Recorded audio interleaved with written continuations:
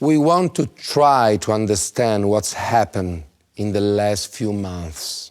Our territory has turned into the stage of a melodrama of the kind that only Gaetano Donizetti could have written and actually wrote. Also because perhaps he has experienced something like that many times.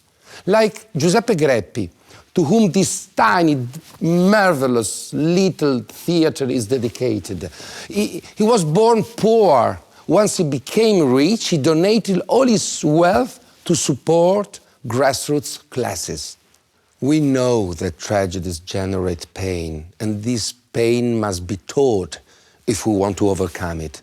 If it's told, it becomes a lesson, also for those who haven't, fortunately, experienced such tragedies. The tragedy we've gone through sounds like a film we've already seen, not only because people from Bergamo are able to stay strong even in extremely hard times, but also because it's really a film we've already seen.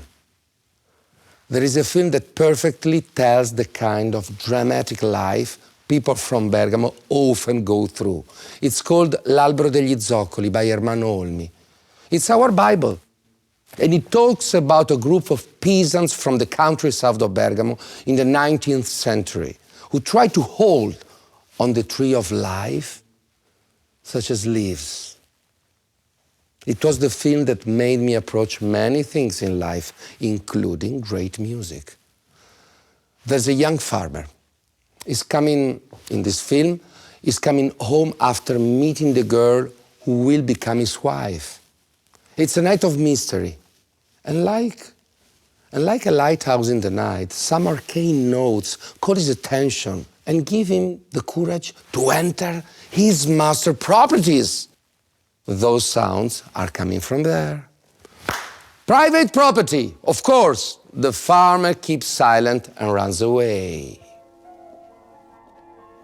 The master, from the stage of his window, enjoys the spectacle of his wealth.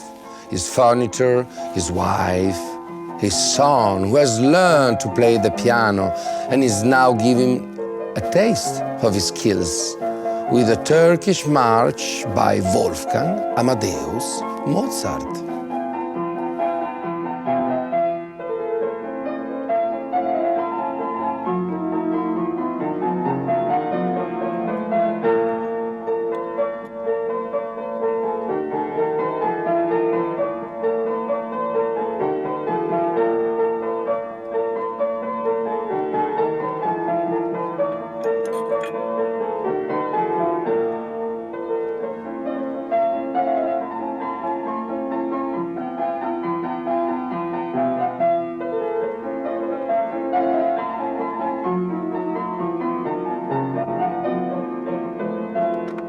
Bravo, this boy, worthy son of the master. But then something very weird happens. That boy, the pianist, begins in his concert another piece and plays an impossible music, a music that could not exist at that time, in that place, in Bergamo countryside. Watching that film, I realized something fundamental in my life. There are people who think that something beautiful and precious like music can't be wasted. That only those who can afford it, only those who can understand it. It's snowing.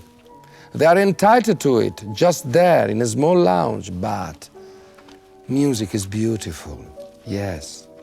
Great music is beautiful. Mozart, Bach, Donizetti can't be locked up. They are like snow. They can't reach every corner. In fact, the great director of the film begins to widen the frame because music has no time or space and caresses nature, animal, sleeping farmers like snow. This music was invented by the boy, the non-professional actor chosen by the director. His name was Giovanni Fumagalli, and Giovanni was my cousin, a boy with several great talents, like our grandfather, Ermanno Bonapace, a pharmacist who invented many magical recipes. At one point, Giovanni, in the same pharmacy, decided to devote the rest of his life to another elisir d'amore, yes, beer. Giovanni is no longer here with us today. He was taken away by coronavirus like a leaf that is now floating in the wind. Giovanni Fumagalli has become a hero, like the character of L'Albero degli Zoccoli or of an opera by Donizetti, because Bergamo, willing or not, has become a spectacular, terrible stage that the whole world has watched. Now that Giovanni is no longer with us, it seemed natural to pay homage to him with that piece he invented for the film, which has never been transcribed.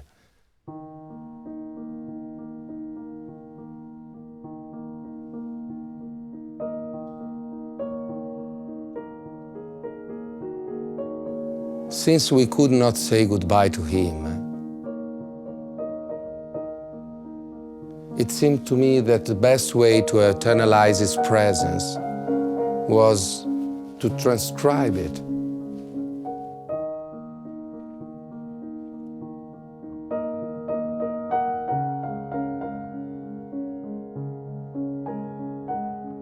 To commemorate is not only to remember those who are no longer here. We don't want to find a reason for death. Just as the seed dies to bear a fruit, so it's important to take this music and make it our own, to make it come back to life.